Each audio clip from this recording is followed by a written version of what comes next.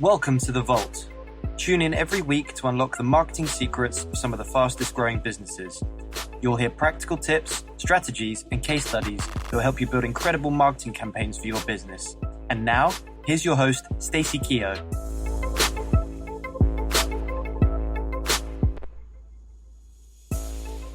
Welcome to the Vault podcast. A quick reminder to book your ticket to my upcoming one-day workshop, the Content Creation Kickstarter. If you need help planning your content strategy and want to get stuck in and actually start creating great content, then this is not to be missed. Check the show notes for more details. On today's show, I'd like to introduce my guest, Susan Payton, who is a storyteller. The moment Susan took a deep breath and shared her own story, warts and all, with 1,500 business owners, is one that she'll never forget, as it changed her business, and she would go as far as saying her entire life forever. Giving an honest and open account of her personal ups and downs, her successes and epic failures resonated so strongly with her audience, and what happened next led to a major pivot in her own journey. Susan quickly realized her calling was to help other businesses share their story, and in fact, she was soon being asked to coach, consult, teach, and work for entrepreneurs and businesses who saw the power of creating meaningful connections with their audience through great storytelling. As the founder of The Business of Stories, Susan's passion is helping business owners to articulate their value and ensure they are speaking to the right people with the right message and a great story. Susan recently co-authored the Amazon #1 bestseller, Fit for Purpose Leadership, with a chapter entitled Why Great Leaders Need to Be Great Storytellers. I'm really pleased to have Susan on the show this week, so listen in and let's open the vault that is Susan Payton's storytelling adventure. Welcome, Susan, to today's show. Hi, Stacey. Lovely to be here. Good. How are you? I'm good. I'm really good. Thank you. Very pleased to have you here today. I'm really excited about your business. I can't wait for you to tell us a little bit more about it. Before we get to that, I'd love to know a bit more about your background and actually what led you into becoming this storyteller and starting your business, The Business of Stories. Okay, cool. Well, I literally got to the point where everything I'd done, every experience I'd had, everything I'd trained in and learned about and read about and talked about just kind of made it the most obvious thing for me to do. You know, it just kind of leads you to a point where you think, I can't quite believe that it's taken me so long to realise that this is my thing. Yeah, sure. But my background's in media and events and property, and I'm going to show my age now, but long before the term VA ever even existed, I used to offer flexible PA services to celebrities. So my first ever client was Chris Tarrant, who actually stayed a client for 23 years. I couldn't get rid of him. Wow. But I used to run events, I used to do charity balls, I used to do golf days, I had my own property portfolio. So life was manic, but it was good. I was a single mum, but I worked really hard. We had a lovely home, we had a nice car, we had great holidays, we had a lovely life. And then, as in, you know, all good stories, it all came crashing down, as it does. The bottom fell out of the property market and literally out of my world, really. I mean, I suddenly overnight ended up about £250,000 in debt. I had 5 properties in negative equity. I mean, I was drowning, absolutely drowning, and really stressful time. It actually made me very ill. I'd been probably running on adrenaline for a long time anyway, so I was probably heading for some kind of fall, but literally that was kind of just the tipping point, and my body just went enough, and I ended up with ME, chronic fatigue, and really struggled through the next few years, and it took me quite a while to get my health and my life back on track. Back on track, yeah. Was that sort of during the recession, was it? Or yeah, yeah. So that was kind of 2007, 2008. Yeah. When it's not uncommon, is it? Which is really sad. You know, I've actually quite a few people who've had on the podcast already have really similar stories. So, which is comforting now, 10 years later. Yeah. But not. It was that kind of year, 2007 going into 2008. There are so many people who, you know, something changed, something really big changed. You know, there's so many people in their stories I've heard them say around that time, you know, things shifted. Yeah. It's one of those things that I don't know if maybe I don't really feel like I saw it coming. I felt like it was very out of the blue. And I think I may have told you before, I had 3 redundancies during that period. So I think it was just, you know, I've had this conversation with many people before where it's just it was a really difficult time. And I was on my own. I was a single mum. I had mortgages, you know, 5 mortgages. Yeah, goodness. Yeah. Really, really, really stressful time. I mean, luckily, a few things happened. I met my husband, who was actually a farmer down in West Sussex. So how I met him is a whole nother story on its own. But I ended up leaving London, becoming a farmer's wife. Wow. Had another baby in my 40s. So my 2 girls have got a 17-year age gap. And I discovered something called the lightning process. So it's a 3-day training program for people with chronic fatigue or anxiety or depression, or, you know, just kind of people who are just stuck and they just don't know how to. And it's things that kind of the medical profession can't really help them with, you know, other than give them some pills or something.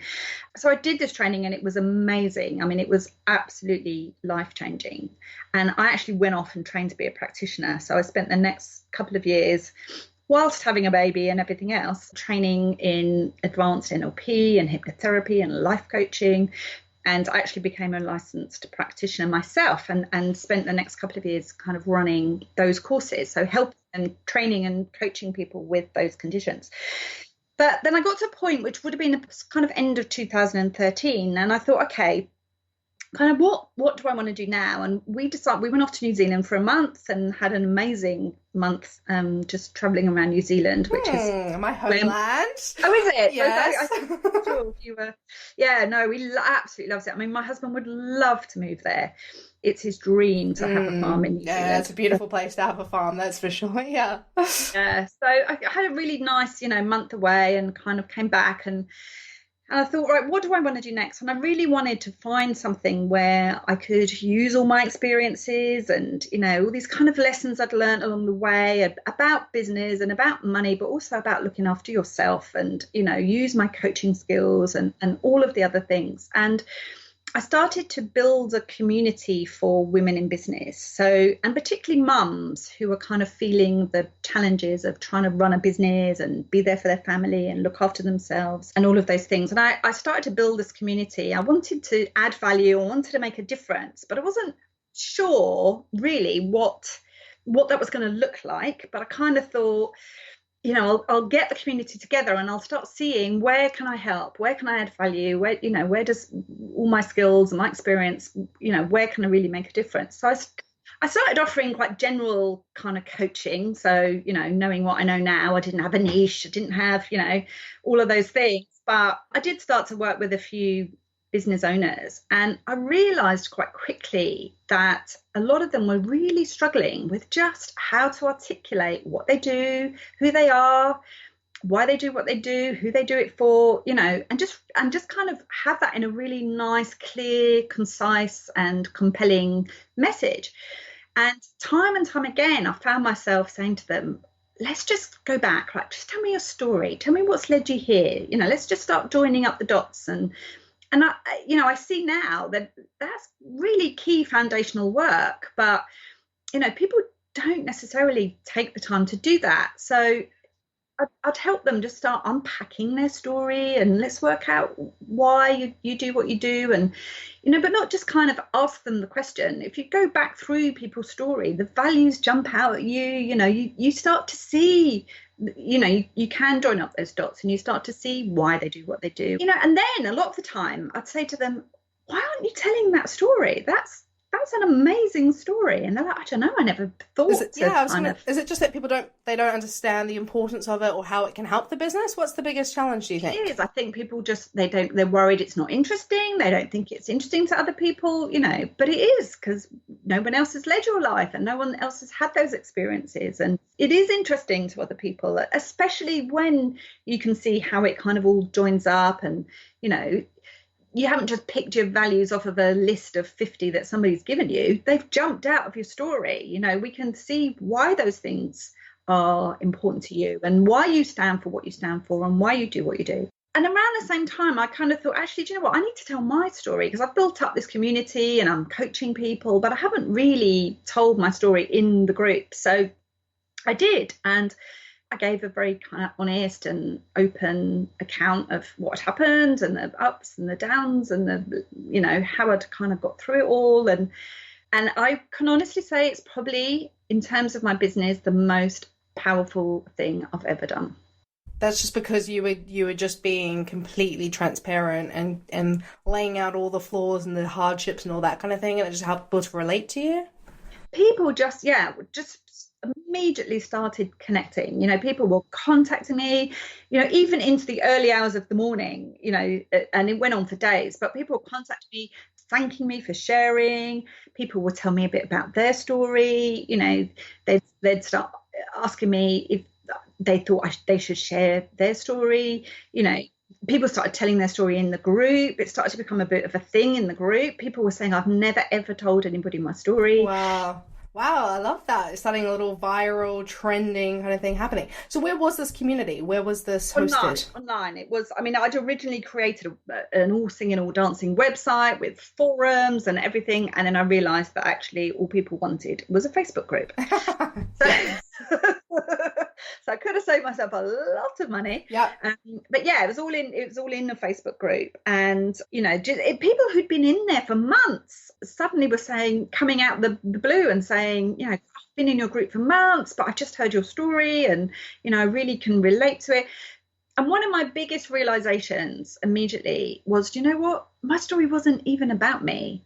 It's what they relate to. It's how they relate it to their story. It's what they take from it. It's how it makes them feel. It's a co-creation.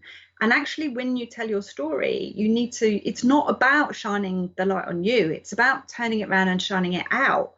And it's the people that it will touch. It's the people that will relate to it. It's the people that will make them go into their story in their head. They're the people who will connect with your story. For you, is that when you decided, right, this is a business, or did that not quite happen then? When did the business of stories? I was still banging on about story the whole time, and actually thinking, when I coach somebody now, instead of it just being a conversation at the beginning, I'm going to make it the whole kind of first, step of the process is to unpack all this stuff. So I was kind of realizing that there was something there and there was something I could help people with. And also, thinking back, I was thinking, I've always loved writing, I loved English. I loved storytelling with both my kids.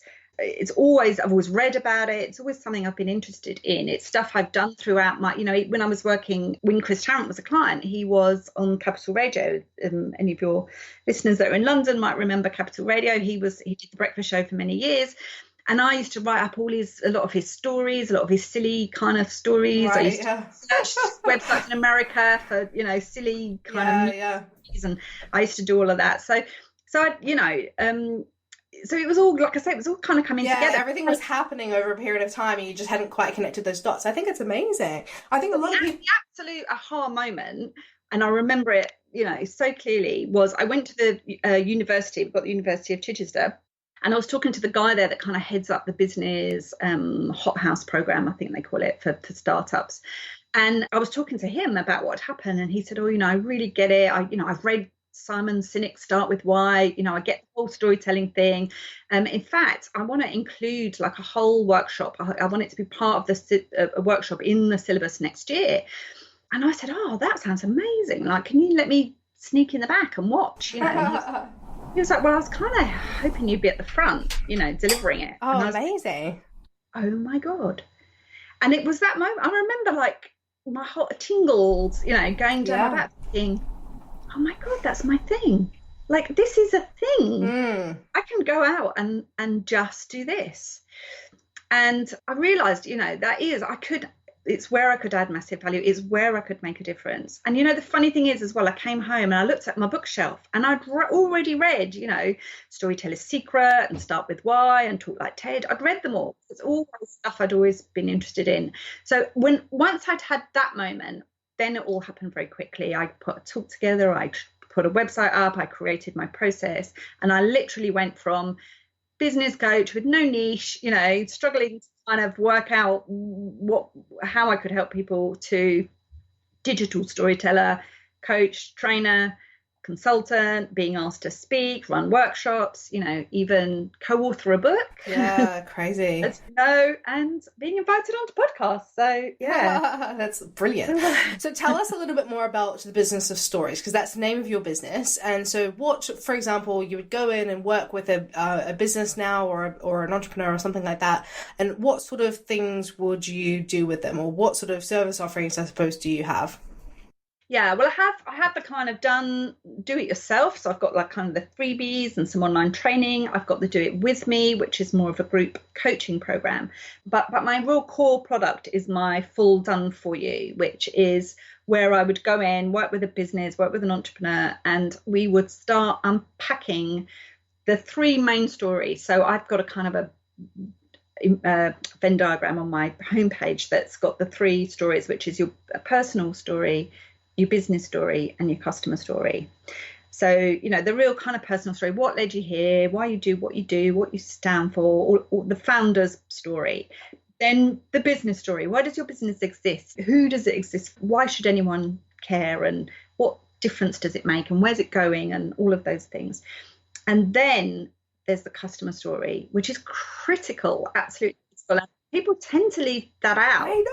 I was just going to say that. I'm so glad that you include this, because I feel like it's the one thing that businesses, for whatever reason, just skim over, and all they're talking about is what they deliver and why they exist and what they do. And I'm like, hello, customers. Yeah, exactly. Which is why I get people making comments like, but nobody cares about me, and I hear people saying people don't care about you, they only care about themselves. And that's true.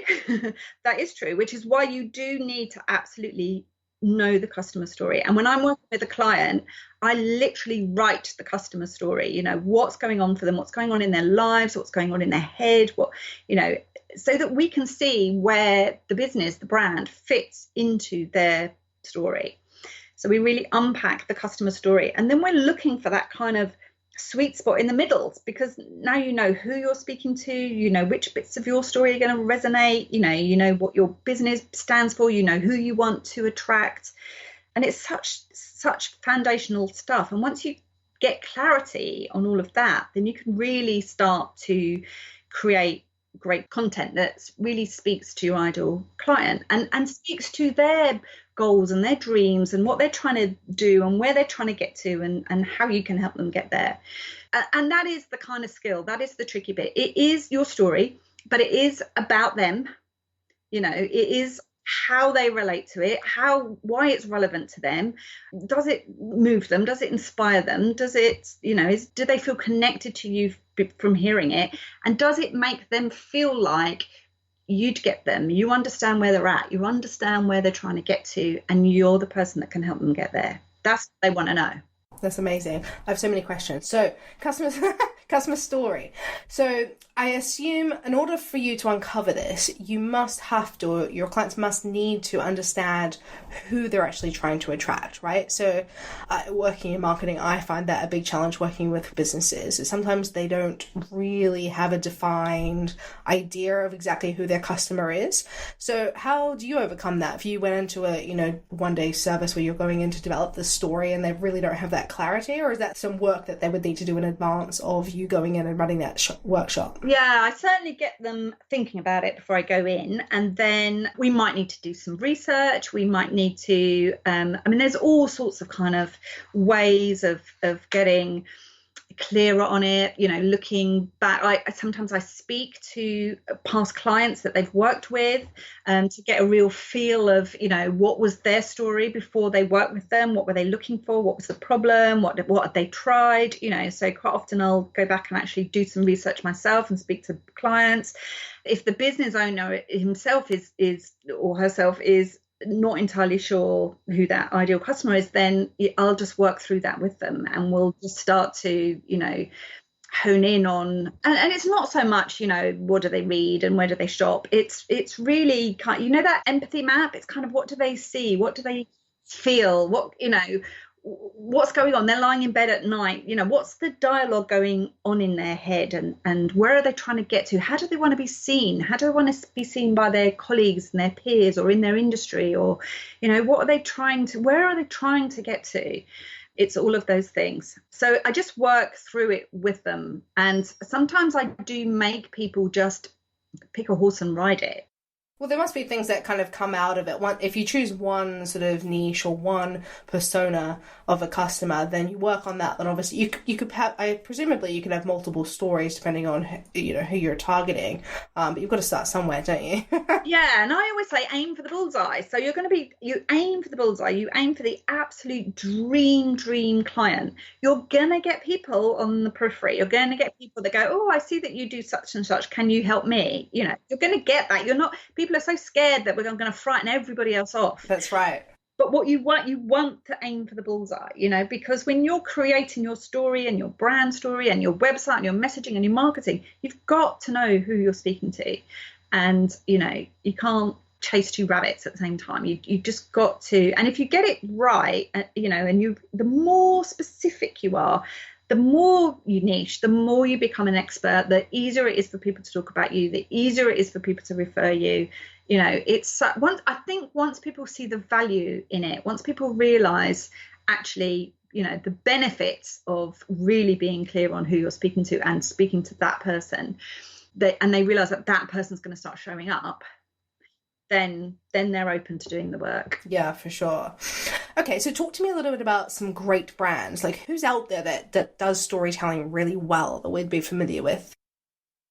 There's the Apples and the Virgin, and innocent drinks. People, whenever I say, who do you think of when I talk about brand stories, people always say innocent drinks. And we all know the story of kind of the founders and how it all got, how they went to a music festival, and we all know that story. But actually 20 years on, storytelling still sits very much at the heart of everything they do. If you go to their website now, it's packed full of stories from, pencil drawings of ideas they've had for packaging that they've never used, through to letters and pictures that people send in from their customers and everything.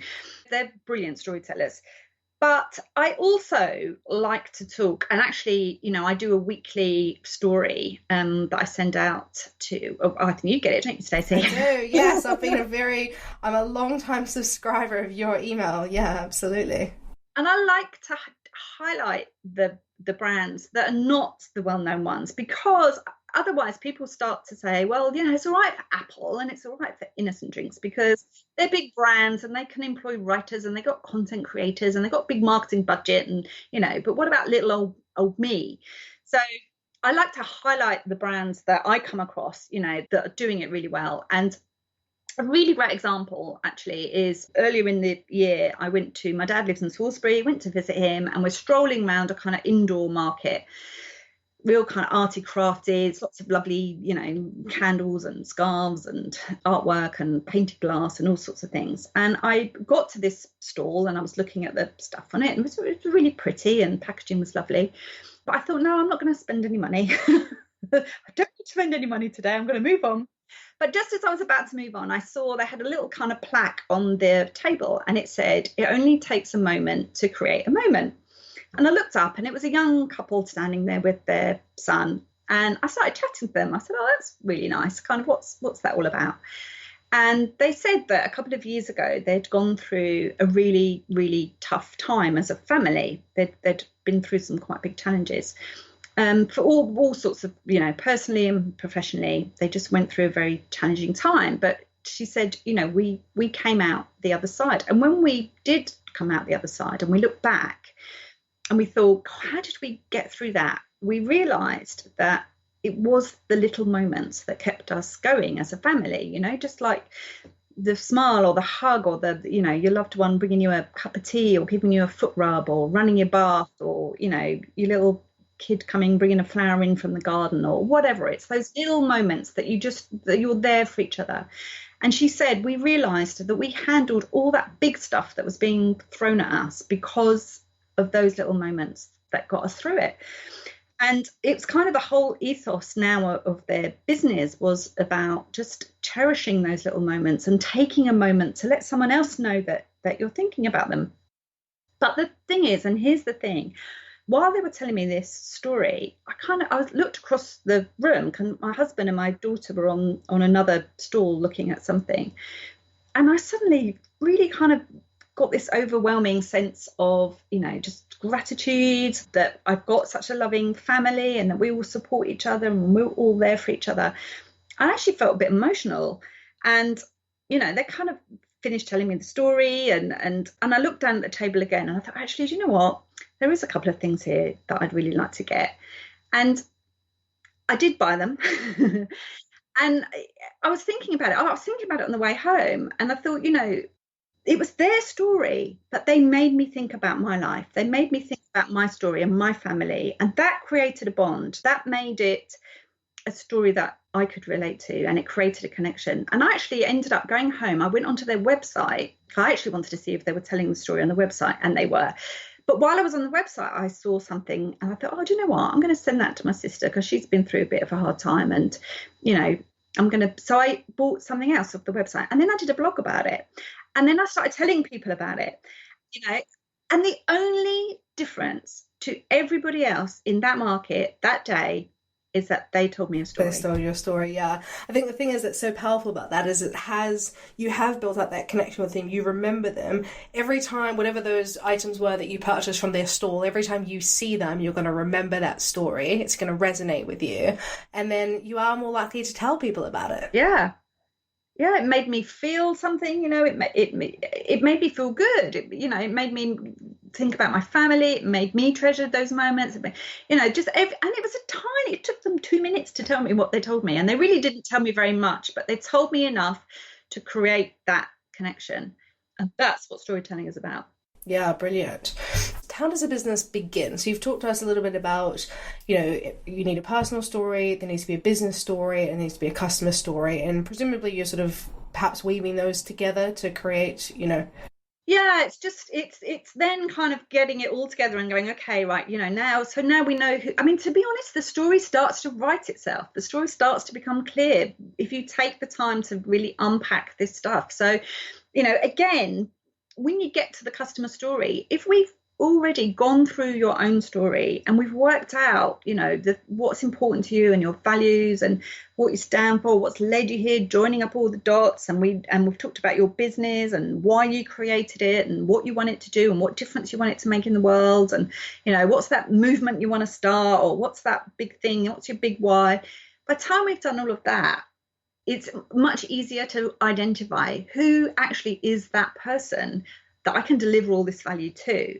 Who is the person that's going to relate to this story? Who is the person that's going to resonate with this? And that's when we start to get really clear on the customer story. So then it's okay. So now we know what kind of story we want to tell them, because we know what their story is. We know what's happening for them. We know what's going on for them. We know what problems they've got, where they're trying to get to. I don't know if you've come across Donald Miller's book, The Building a Story Brand. No, I haven't, but I will check it out. I've based my 7 steps for creating a killer brand. It's kind of based on, like a adaptation of his 7 steps in that book, which is very much that, the customer is the hero of the story, and it's about them. It's not what you make, it's what you help make happen. It's not what you do, it's what you help your customers do. It's all about them. So it's creating that narrative that shows them that you understand where they're at, you understand where they're trying to get to, you understand what's stopping them. You can be that guide, you can be that guide that's going to help them take their hand and help them get to where they want to get to. So the story, starts to kind of be, once you put all those pieces together and then use a kind of a framework to start to create the story out of that.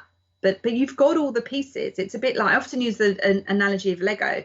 We empty all the Lego pieces on the table, then we kind of sort them out, see what we've got, put them into the right categories, put everything out there. Then we can start to build some structures. Then we can start to say, okay, we need a bit of this and a bit of that, and this is going to work, and we can start, and then we can cut away all the stuff we don't need, which is, again, a lot of people think that they've got to, that they're worried that they don't know how much story to tell and how deep do they go and how much do they put in there and how much background do they give, and but you can sort of cut all the clutter away when you can really focus on who am I talking to and how am I going to help them, what am I going to help them achieve, how am I going to help them go and win the day. So tell that story. So that narrative that you're talking about in terms of, because all stories follow a journey, don't they? I think we see it in all kind of big picture films and all over the place. So how, and you're saying, for example, you would make the customer the hero of the story. So then presumably me as the business or you as the business are the person who kind of guide them in the right way. Yeah. Okay. Yeah, absolutely. Yeah. So, if you think about the hero's journey, is that kind of story of, you've got your hero and they're trying to get somewhere, they're trying to achieve something, they're trying to be someone, and they can't do it on their own. They've got some obstacles to overcome. They've got some challenges, that there's some things in the way. No journey is a straight road. There's going to be crossroads, there's going to be ups, there's going to be twists and turns, and they're going to have to work through this to get to where they want to get to and achieve what they want to achieve and be the person they want to be. So your role, in your marketing and in your message and in your storytelling is to show that you can help them get there, that you're like the guide, the sage, the mentor, the coach, the whatever, but that you, by telling your story and by talking about what you do and everything else, you can show them that you can help them get to where they're trying to get to. We're all on this journey. We're all trying to get somewhere. We're on the big journey, but also we're on millions of little journeys all the time. Every time we want to achieve something and we don't know how to do it, we go on the internet looking for some guidance. We look for people to work with. We look for someone that can help us get to where we want to get to. But first, we want to know that we like them. First, we want to know that we can trust them. First, we want to know that there's some kind of connection there and that they get us. Yeah, I think the connection thing is a big deal, because when I think a lot about just the way in which you want to position any kind of business or brand, and actually I experienced this with you. So as I mentioned before, I've subscribed to your newsletter for, I think it's like 2 or 3 years. Like, it's quite a long time. And we've crossed paths, quite a few different times. We've only ever met in person once, which is amazing to me, which is really recently, because you're very much on my radar. And the thing that I love about what you do across your emails is because, well, you're telling a story. So it's really memorable. And I just remember thinking every time I read through one of them that it gets me thinking about something, and it makes me go a little bit deeper into, for example, how I could be positioning my business, or should I be telling a story along these lines? And it's thought-provoking. What's, I guess, drawn me into your business and looking at you a little bit further in a lot more detail is there is that connection now where I'm like, okay, I get it. Like, I understand this journey now that you take people on, and and you do it brilliantly, obviously through your email. So is that sort of your key area of drawing people into becoming aware of you? Like, how do you do your marketing? Whether you're B2C or B2B, it's human to human. And I'm a people person. I like to talk to people. I still like to go out. I like to network. I like to talk to people in person. I like to go to events where I know that people like me and people who are going to get what I do hang out, because I find when I can get in front of somebody and I start talking to them about what I do, almost without fail, people will say, oh my God, I need that. I need that, I need help with that. So I don't rely massively on, stuff I do online. But having said that, I do post every day on LinkedIn. pretty much every day. And I have had some great, response. I've had inquiries. In fact, I've had clients from posting every day on LinkedIn. I don't send people messages. I don't pitch to people when they've asked to connect with me. I just post my stuff every day. Short posts, very, very similar, very along the lines of the weekly email that I send out. And, I always say, I pick one thing that I'm going to focus on. I keep them very short. I keep them very concise. I make sure there is one valuable takeaway. There's always a story theme. And I normally finish with a question. Like you said, I'll normally finish with something that just keeps people thinking. Even though they've come to the end of my little story, I'll leave them thinking about how they could apply that in their own business. But yeah, most of my marketing is face to face. And then once I connect with people, I'll ask them, obviously, if it's all right to put them on my list. Very GDPR compliant. Yes, very compliant. And then, they get that little weekly reminder. So I stay on people's radars. I often get feedback from people saying, yours is one of the only emails I always open because I know it's going to be short, I know it's going to be punchy, I know it's going to be a good read, and I know I'm going to take something away from it. That's interesting that people say that they understand the format of it. I think it was a few episodes ago on the podcast, I covered the familiarity principle. So people understanding, becoming familiar with something so they get to know it. And obviously it's the know, like, trust kind of format, right? So that's interesting that you get that kind of feedback. What I think you do, you're the ultimate content marketer, and you probably don't even think about yourself that way, but by posting every day and putting out your messaging across LinkedIn, you've got your email that you've got going out every week, you do your webinar, there's a lot of different things there that you're doing in terms of getting content in front of people. And I think the most powerful thing about that you've mentioned is that you are staying front of mind. For example, when I met you, and we've talked a lot about what you do and how you do it, it just resonates with me so much, because I think it's so powerful from any kind of marketing perspective to get that story right and to be able to attract the type of customers that you actually want to attract into your business. So I think it totally resonates with me. And then it is just about, okay, if for example, somebody's not ready to make that purchase from you today, you're keeping them engaged, they're seeing you all the time, they're on the radar. And even if it's that particular person that you've met that doesn't become a client or a customer, they'll then be talking to somebody else at another networking event. And, you've got to meet this woman, Susan, she does this great thing with stories. I just think it's, content can be so powerful in that way. Absolutely. And I get that all the time. I'm working with a client this week, and I said to him, where did you come across me? Because he wasn't on my list. He contacted me through LinkedIn. But I said, how did you find me? And he said, and he gave me the name of a person that had given him my name. So I went onto LinkedIn, found this person, and we weren't even connected. Oh, that's so funny. And he's not on my list. Yeah. So it's the ripple effect. It's going out there, but that is the other thing about, because my niche is clear, I'm story, and I stick to my lane. I stick to my one thing. People are always asking me to write other things. I've been asked to write business plans. I've been asked to write, all sorts of things. And I just absolutely stick to what I know that I do really, really well, which is story. And you get known for it. And I get tagged into conversations on Facebook and LinkedIn all the time because somebody's said, I need to tell my story. So there's that, like you say, there's that familiarity. There's that people know what I do. I'm getting known for it. It's raising my profile. It's easy to tell other people. You can tell people in a word what I do. And then there's that consistency and I say to people, your story's got to be consistent. Whether people meet you in person, go to your website, go to your social media, have a call with you, see you speaking at an event, it's got to be consistent. They've got to feel like it's the same person, it's the same brand, it's the same story, it's the same, it's all really consistent.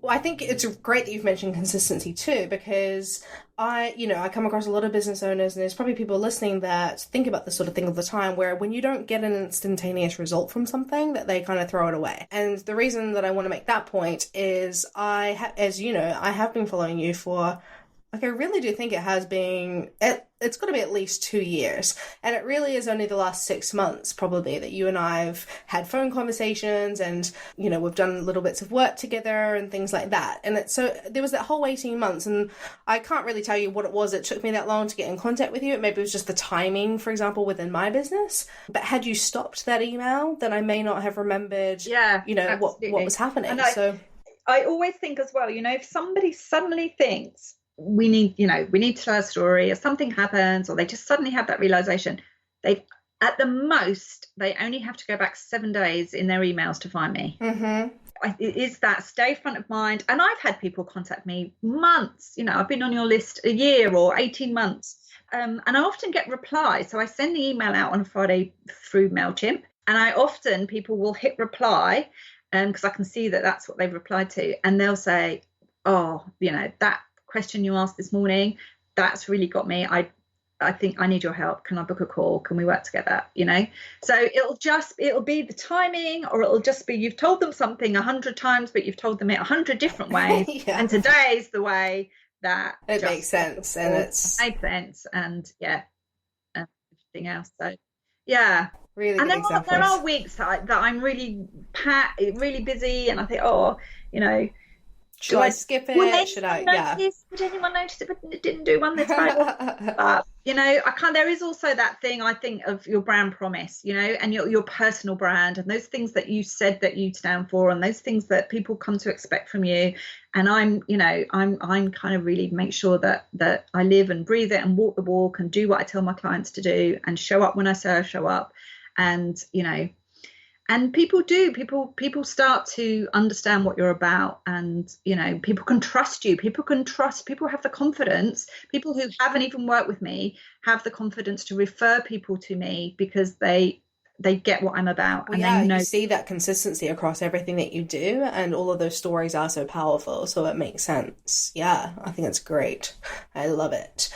I'm conscious that we're kind of bleeding over in time here, but would you like to tell us, are there any sort of final tips that you would like to share in terms of how people can get started, or any tidbits of advice that you just think are really juicy to kind of get people started if they haven't really thought much about their story before?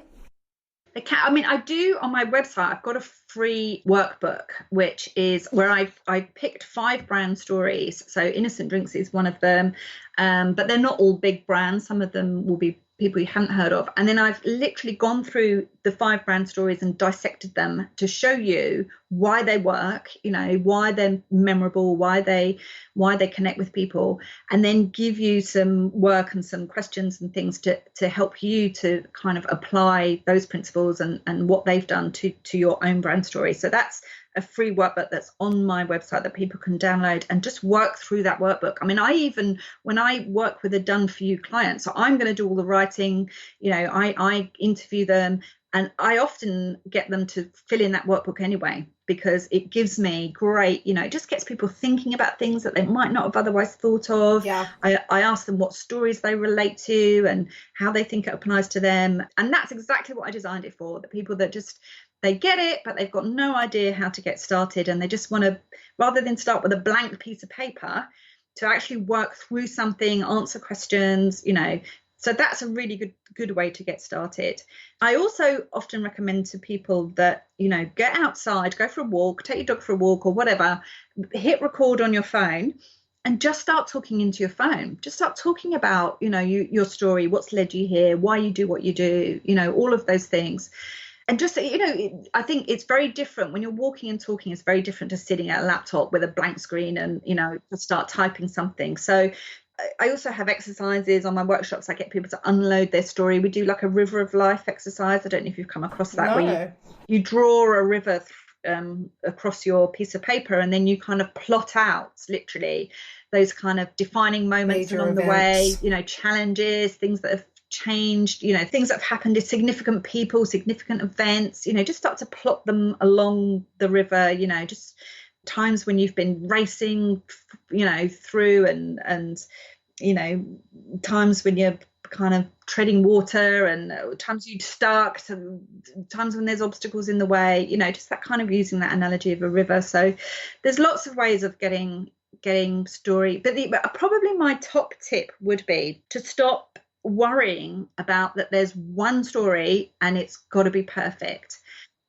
Start with lots of little stories, because you'll have millions of stories, absolutely millions. And I know everybody thinks storytelling is the about page on their website, but it's not. It's a living, breathing thing, and it's going to be different depending on who you're talking to. You might, I tell different stories depending on who I'm talking to, depending what question I get asked, what comes up. I sometimes, when I'm speaking, I sometimes tell my story about my fear of public speaking. I've had people come to me and said, I want to work with you. And the reason I want to work with you is because I went to your website, I read your story, and I saw that you had chronic fatigue, and I've got chronic fatigue. So I knew that you'd get me. And, I want to work with you. Yeah, amazing. Which probably has nothing really to do with the business they might run, but it's just a way that they relate to you. Yeah, I love that. They just know that I'll get them. They'll know that I'll understand. We're looking for connective tissue.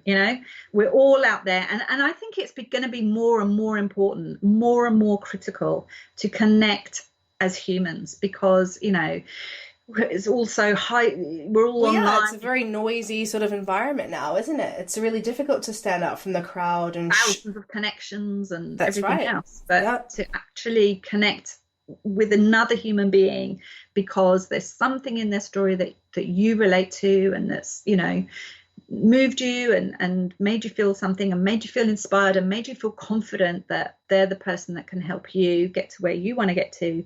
That's very powerful. Yeah, I love it. Thank you so much for sharing that. I really do think that's helpful. I'm super motivated to go back and look at that guide, because I remember downloading it a while back. And I think if I've revisited it now, I might look at it in a totally different way too. So thank you for reminding us about that. Obviously, we'll link to your website and all of your social media sites in our show notes. So we'll encourage everybody to visit those. But I just want to say a huge thank you for being here today and just sharing your own story, but then also the advice that you have around how to build a story into your business. I think that was really phenomenal. So thank you so much. No, cool. It's been fun. Fantastic to have Susan on the show today. Storytelling is just such a fascinating topic.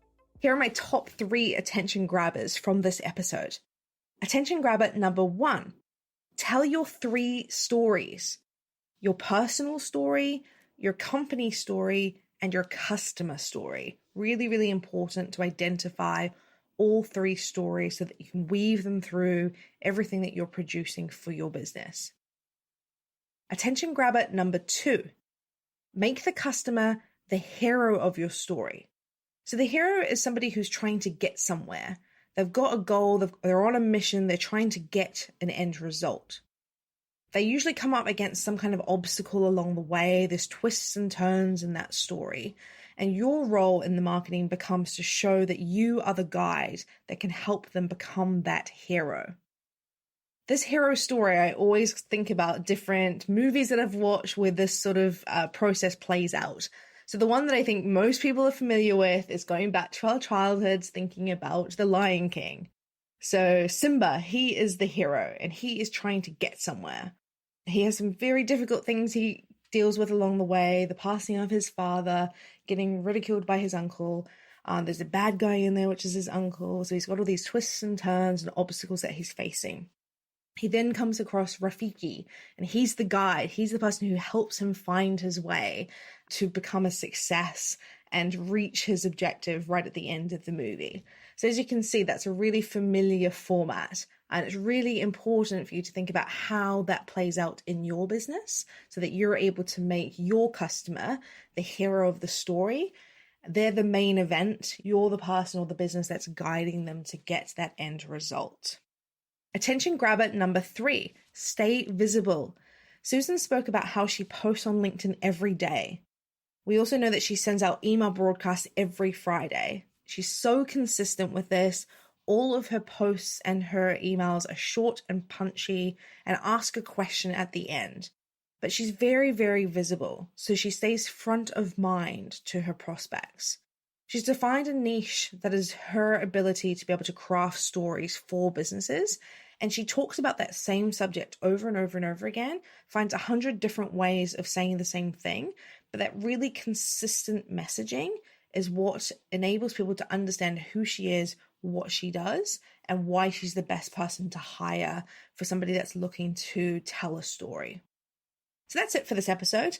Don't forget to connect with Susan via her social media channels and subscribe to her email list. I'd also like to take a moment to remind you to book your ticket to our upcoming content creation Kickstarter one-day course. It's taking place on the 1st of February 2019 in London, and we're running a really special promotion for our listeners of this podcast. For 10% off, use the code VAULT when booking. VAULT, VAULT. I look forward to you joining me next time. We'll be meeting another business owner who will unlock their vault of marketing knowledge and provide us access to the secrets to their success in their business. You've just been listening to the Vault podcast with Stacey, Kehoe. If you've enjoyed the show, she'd really appreciate you leaving a review on iTunes. And don't forget to head over to www.thevault.global for more free content that will help you build an effective marketing strategy.